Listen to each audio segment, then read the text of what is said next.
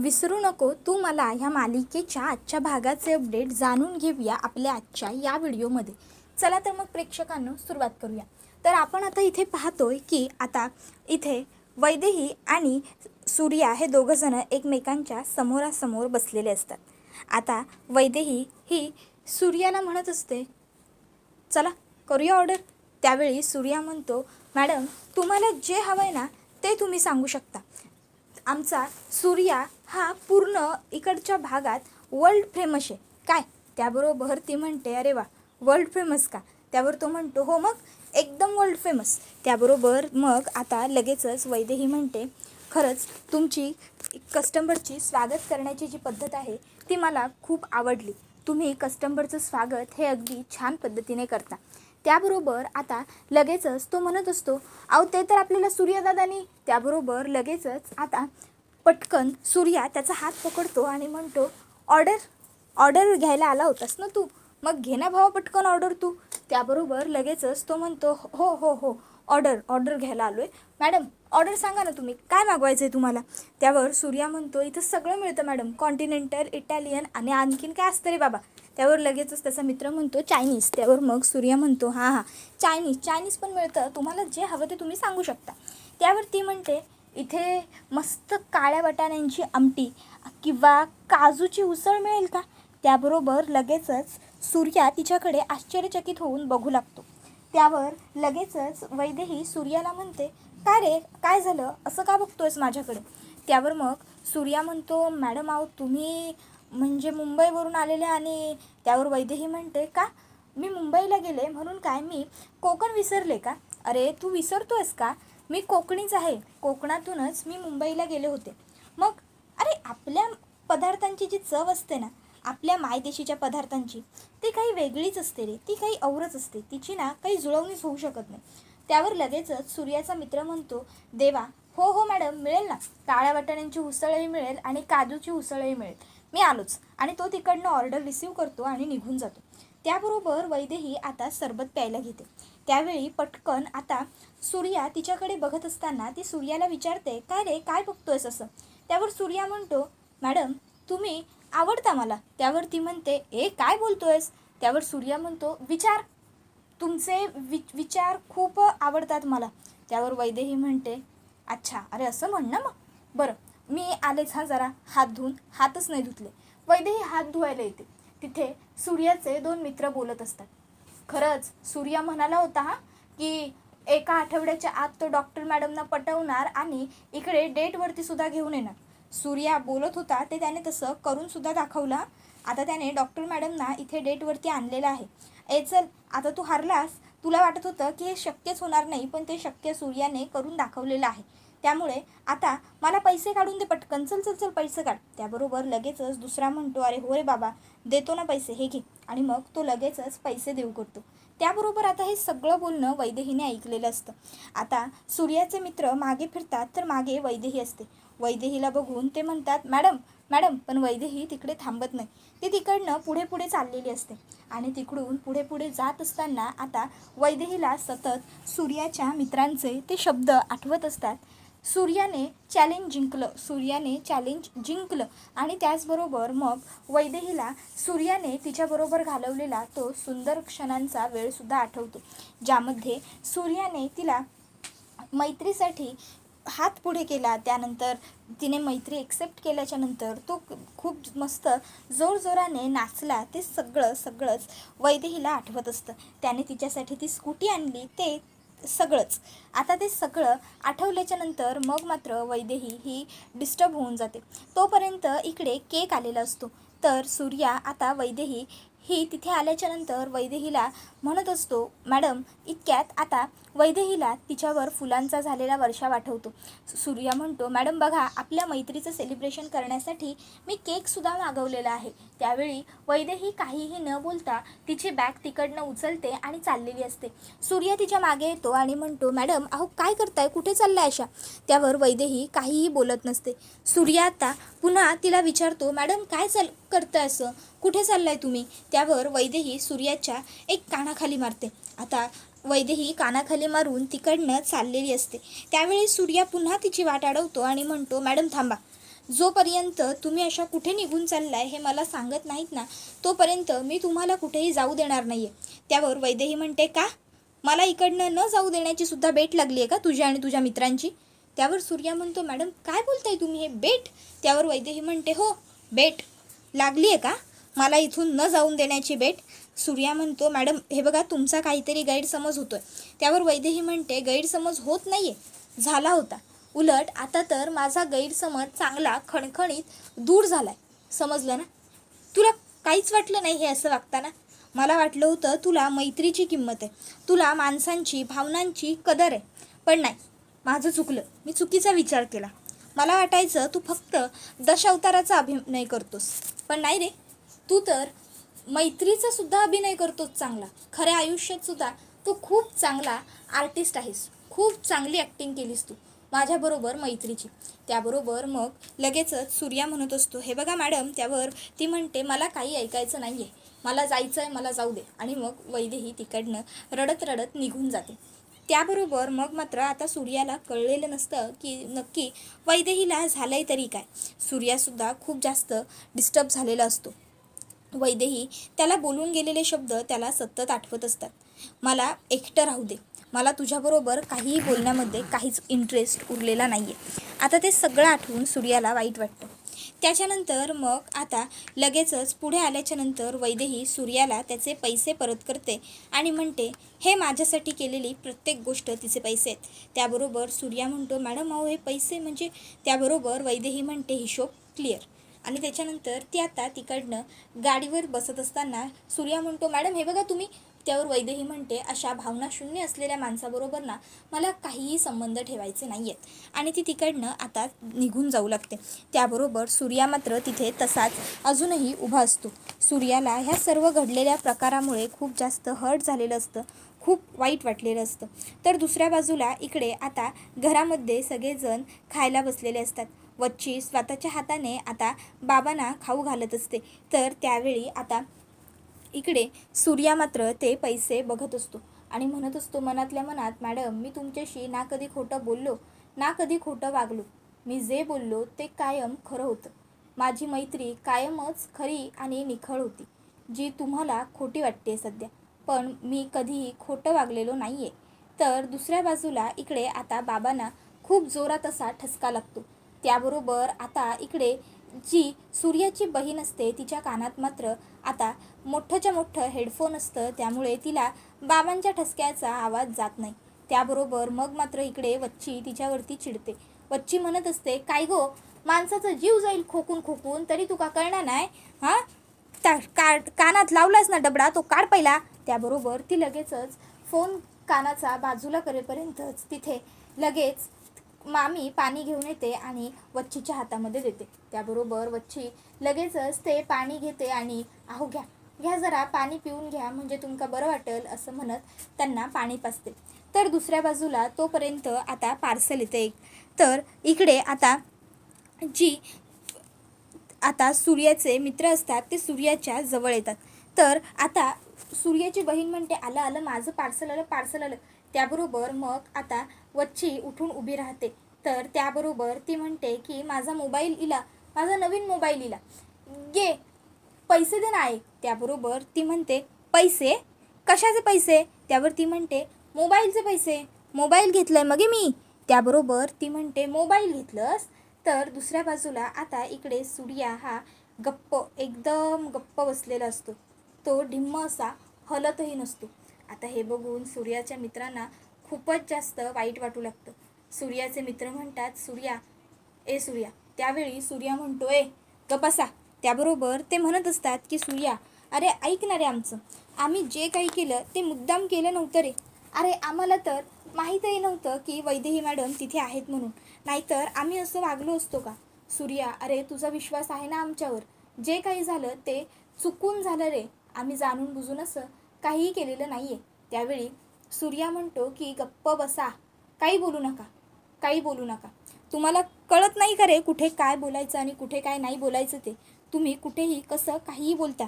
त्याबरोबर मग आता लगेचच ती लोक म्हणू लागतात की सूर्या, अरे आम्ही म्हणतोय ना, आम्ही काही मुद्दाम केलेलं नाही आहे हे सगळं. त्यावेळी आता सूर्या त्याच्या मित्रांना म्हणत असतो, ए ग बसा, गप्प बसा, एक शब्द पण कुणी माझ्याबरोबर बोलू नका आणि गुपचूप इकडनं दोघांनी पण निघून जावा, नाहीतर मी ह्या विसरून जाईन की तुम्ही माझे मित्र असो. त्याबरोबर मग मात्र आता सूर्याच्या मित्रांना सुद्धा खूप जास्त वाईट वाटतं सूर्याचं हे बोलणं ऐकून. तर सूर्या म्हणत असतो, अरे आज तुमच्यामुळे काय घडलंय ते कळतंय का तुम्हाला? अरे आज मी डॉक्टर मॅडमच्या नजरेतून पूर्णपणे उतरून गेलो. अरे मी व्यवहार केला मैत्रीचा असं वाटतंय त्यांना. मी काहीही केलेलं नसताना हे एवढं सगळं घडलं. कळतंय तुम्हाला? आणि या सगळ्याला जबाबदार कोण आहे? फक्त तुम्ही दोघं. तुमच्यामुळे हा एवढा मोठा गैरसमज झाला. तर दुसऱ्या बाजूला इकडे वच्छीने आता जो फोन घेतलेला असतो तिच्या मुलीने तो फोडून टाकलेला असतो. आता ती म्हणत असते की काय करतस माझा फोन, गो काय करतस वच्छे? पण ती काही ऐकतच नाही. ती फोन फोडते आणि म्हणते 70,000चा फोन घेतलंस पुन्हा विचारून? त्याबरोबर ती म्हणते, गो असं काय करतस? ह्या जर सूर्यादादानी केला असता तर तुका काय वाटला नसता ना? मग मी केला तर काय झाला? गो माका रील बनवूची होतं म्हणून मी फोन घेतलं होतं ना? त्याबरोबर लगेचच ती म्हणत असते, सूर्याचं नाव घेऊ नकोस आणि त्याची आणि स्वतःची बरोबरी पण करू नकोस. सूर्या ह्या घरचो झील असा. ह्या घरात त्यो तांडेलांचा सगळा व्यवहार एका हाती सांभाळील. तसं तुझा काय असा गो? हे बघ, तुका ह्या घरात राहूक मिळतात, चमचमीत खाऊक पिऊक मिळता ना, तेवढ्यावरच सुखी राहू. समजला? मगे उगाच नसत्या भानगडीत नसत्या गोष्टीत पडाक जाऊ नकोस. नेक्स्ट टाईम लक्षात ठेव. 70,000चा फोन वापरता. त्याबरोबर लगेचच आता ती बिचारी रडत तिकडनं निघून जाते. त्याबरोबर मामा तिला मागून हाक मारत असतो, पण ती काही थांबतच नाही. तर दुसऱ्या बाजूला इकडे आता रागात घरी आल्याच्या नंतर लगेचच वैदेही थेट रूममध्येच निघून जाते.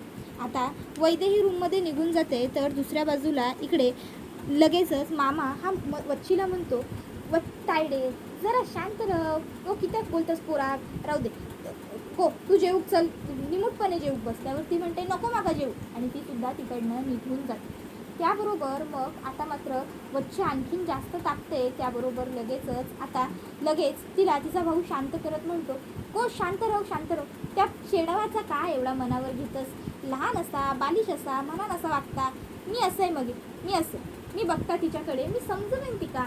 तू मनावर घेऊ नकोस तायडे. तू जा बरं, जा जेवूक बस पहिले. जा असं भरल्या ताटावरनं भरल्या आणावरनं उठना बरोबर नाही असा माहिती असा मग किती कसं वागतंस? जा. त्याबरोबर मग लगेचच वच्छी जेवायला बसते. तर दुसऱ्या बाजूला इकडे सूर्या मात्र रडत बसलेला असतो. तर सूर्याचे मित्र सूर्याला समजावण्याचा प्रयत्न करत असतात, पण सूर्या काही ऐकण्याच्या मनस्थितीत नसतो. तर दुसऱ्या बाजूला वैदेहीची अवस्था सुद्धा काही वेगळी नसते. वैदेही सुद्धा रडतच बसलेली असते आणि ती सुद्धा तिच्या खोलीत स्वतःला कोंडून घेते. आता आत्या तिकडे येते आणि म्हणत असते, वैदेही हे काय झाला? गो खोलीत कोंडून कित्याक घेतलं स्वतः? गो कोणी काय बोलला काय तुका? वैदेही गे बाय माझे दरवाजा उघड गे. ए बाय माझे उघड गे दरवाजा. तू दरवाजा उघडणार नाही तर मला समजणार कसा काय झाला आता? त्याबरोबर लगेचच त्या ठिकाणी वैदेहीचे बाबा येतात. ते विचारतात, काय गो काय झाला? त्यावर लगेच आत्या सांगते, अरे दादा मी बघ ना तू दरवाजाच उघडत नाही. मग काय झालं तर काही कळणार नाही. तू ठोक बरे बघ, तुझा तरी ऐकता काय? तर दुसऱ्या बाजूला मामा इकडे सूर्याच्या बहिणीकडे येतो. त्याबरोबर ते डोळे पुसते. मामा म्हणतो, काय गो एवढा मोठा झालाच चिडवा, आज मी आलंय तसा डोळे पुसलंस? त्यावर ती म्हणते, मामा बघितलंस ना आई माझ्याबरोबर कसं वागली ते. जर माझ्याऐवजी हा फोन सूर्यादादाने घेतला असता ना तर आई त्याला काहीच बोलली नसती. आईला चाललं असतं. पण मी घेतला तर बघितलंस ना आईने केवढा कांगावा केला. आईला एवढं रागवण्याची खरं तर काहीच गरज नव्हती. अरे फोनच घेतला होता ना मी, एवढा काय फरक पडतो? त्याबरोबर मग लगेचच मामा म्हणतो की खरं सांगू काय तुका, मला पण तिचं वागणं नाही आवडणार. पण आता काय करू? जेव्हा ती तुका बोलताना तेव्हा माका सुद्धा लय वाईट वाटतं गो. माझ्या काळजात तर पाक घडी पडतं. पण आता मी काय करणार? खरं बघायला गेलं ना तर वच्छीनंतर त्या गादीवर बसूची जर कोणाची पात्रता असेल मगे तर ती फक्त तुझी असा. वच्छीच्या मागोरी त्या सगळा तूच गो बाय माझी व्यवस्थित सांभाळू शकतस. इतक्यात आता लगेचच मामाला एक फोन येतो. फोन आल्याबरोबर मामा म्हणतो, काय सांगतस? वा एकदम महत्त्वाची बातमी दिलीस मगे. त्याबरोबर मग लगेचच आता ती विचारते, मामा काय झालं? कसली बातमी? त्याबरोबर मामा म्हणतो, अगो तुझ्या सूर्यदादाने आज आपल्याला सांगितलं होतं ना मित्रांबरोबर चाललो असा, खोटं बोललो होता तू. त्याबरोबर ती म्हणते खोटं, मग सूर्यदादा गेला कुठे होता? त्यावर मामा म्हणतो अगो पोरी बरोबर होतो तो, पोरी बरोबर. त्याबरोबर लगेचच आता इकडे ती म्हणते पोरी बरोबर, हां मग घे. त्याबरोबर मामा म्हणतो घे काय घे, देव अक्कील वाटीत होता तेव्हा तू काय आंबे चोखत बसली होतीस? घे पोरी बरोबर म्हणजे पोरी चुला पुढं असा, कळता काय तुका? त्यावर ती म्हणते चल लगेच आपण ऐक सांगूया. तिचा विश्वास असा मग सूर्या दादावर लय. त्याबरोबर मामा म्हणतो घे घे घे हाय बस हाय बस. नाही नाही नाही इतक्यात असं आपण काय करूचा नाही. त्यावर ती म्हणते अरे मामा पण किती आग. त्यावर मामा म्हणतो गो असं काय करतस, माहिती हातात असते पण ती अर्धवटा, पूर्ण माहिती होई ना आपल्यांका सांगूसाठी. आधी ती पोरगी कोण असं खयची असा आता सगळं आपल्यांका बघूक होया, त्यानंतर मगे तुझ्या आवशीच्या कानावर घालूक होया, कळला? असा अर्धवट माहिती सांगूक नको आपण. त्यावर ती म्हणते रे मग कोण असा तापोल? त्यावर लगेचच मामा म्हणतो गो तास तर काही कळणार नाही ना मगे, गो ही माझी पोरं असत ना सगळं अर्धवट काम करून ठेवतात, पण तू काळजी करून मर नको. हां मी काय करूचा आता बघतोय, त्यांका सांगतोय त्या पोरीची सगळी माहिती गोळा करा म्हणाल. हां लक्ष ठेवू आपण तिच्यावर, तू काळजी करू नको, मी असं आहे मग तुझ्याबरोबर, मी असं आहे. त्याबरोबर मग आता मामा मोठ्या मोठ्याने हसतो, वच्छी गो बाय माझी वच्छी असा म्हणूक लागतो. त्याबरोबर दुसऱ्या बाजूक आता सकाळ झालेली असते. तर आता इकडे जी वैदेहीची आत्या असते ती घरामध्ये धुपादान फिरवत असताना आता थैसर वैदेहीचे बाबा येतो. मग ते म्हणूक लागतात काय गो वैदेही खाय गेली? त्याबरोबर लगेचच आता तिची आत्या म्हणते खाय गेली म्हणजे ती घरात नसा. त्यावर लगेचच बाबा म्हणतात नाही. त्याबरोबर आत्या म्हणते ही पोर अशी कशी रात्री पण काय खाल्ल्यान नाही आणि आता पण निघून गेली. त्याबरोबर मग बाबा म्हणतात मग तास तर मला तिचा काय कळणार नाही ना, काळजी वाटता गो पोरीची. त्याबरोबर आत्या म्हणते तास तर ना दादा माका पण वैदेहीची काळजी वाटतलेलं आहे. त्याबरोबर मग आता ती दोघं भावंड बोलत असेपर्यंतच त्या ठिकाणी वरद येतो. वरद म्हणतो ए आय माका जरा लिंबू सरबत ती घे. त्याबरोबर आता लगेचच आत्या म्हणते इले आले आमच्या घरचे चिरंजीव आले. काय रे वरद कुठे होतास तू रात्रभर? हां त्याबरोबर मग वरद म्हणतो गे आहे तू का काय सांगूचा सगळा. त्याबरोबर लगेचच आता मामा वरदला ओरडतो वरद. त्याबरोबर लगेच वरद म्हणतो हे म्हणजे सगळा तू का काय सांगूचा ना, सगळा कित्याक विचारतस, खय गेलं होतंय खय सुनिलंय ता तुका सांगून काय उपयोग असा मगे, तुका काय कळणार असा त्यातला? हां दिवस जाऊ सांगू समजू चा काय नाही, मग त्यापेक्षा त्यांना सांगितलेला बरा नाही काय. रवान तू एक काम कर, तू मी सरबत मागितलंय ना माझ्या खोलीतच आणून माका सरबत दे, कळला? मी खोलीत जाते आणि मग तो खोलीत जातो. मागून आत्या वरद वरद ओरडत राहते पण वरद काही थांबणार नाही. त्यानंतर दुसऱ्या बाजूला वैदेही ही गपचूप आता समुद्राच्या किनारी बसलेली असते. तिला आता सूर्याबरोबर घालवलेले ते क्षण ते सुंदर दिवस आठवत असतं. ती आता त्या समुद्रावर बसलेली असताना दूर दूर चालली आज माझी सावली ह्या गाणं वाजत असतं. तर दुसऱ्या बाजूला जो सूर्य असा तो पण तसाच उदास बसलेलो असता घराकडे. आता इकडे वैदेही उदास असतात, तिकडे सूर्य पण उदास असतात.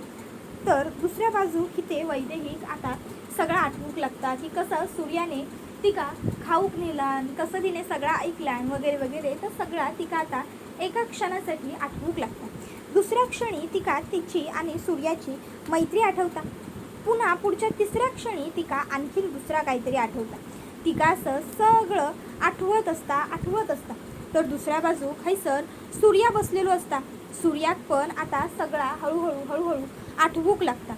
दोघांका सगळं आठवत असताना दोघा पण आता नाराज झालेली असतात. दोघा पण गप रवतात, कारण दोघांकडे पण गप्प रवण्या वाचून दुसरं काय पर्यायच नसता ना म्हणा. त्याच्यानंतर मग आता हैसर दोघे उदास बसलेले असतात, एकमेकाचो विचार करत असतात. काय घडून गेला ह्या दोघांका पण कळत नसता, पण गप्प राहण्या वाचून पर्याय नसल्यामुळे दोघं गप्प असतात. तर हैसर सूर्याकडे आता तो गप्प राहणं त्याका शक्य होणार नसतं. म्हणा तो आता वैदेही फोन करतो, पण वैदेही काय त्याचं फोन घेत नाही. आपण ज्या माणसाशी संपर्क करू इच्छिता त्याचा नंबर बंद असा सांगितलं जातो. मग सूर्य आणखीनच जास्त डिस्टर्ब होता.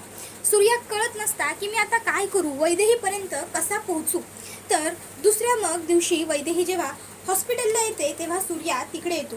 तिका तो सांगत असतो, मला तुमच्याशी बोलायचं आहे, माझं ऐका. वैदेही म्हणते, मैत्रीचा, भावनांचा असा खेळ करणाऱ्या लोकांबरोबर मला बोलण्यात काही रस नाहीये, कळलं. आणि ती तिकडनं निघून जाते. त्याबरोबर मग मात्र हा व्हिडिओ इथेच संपतो.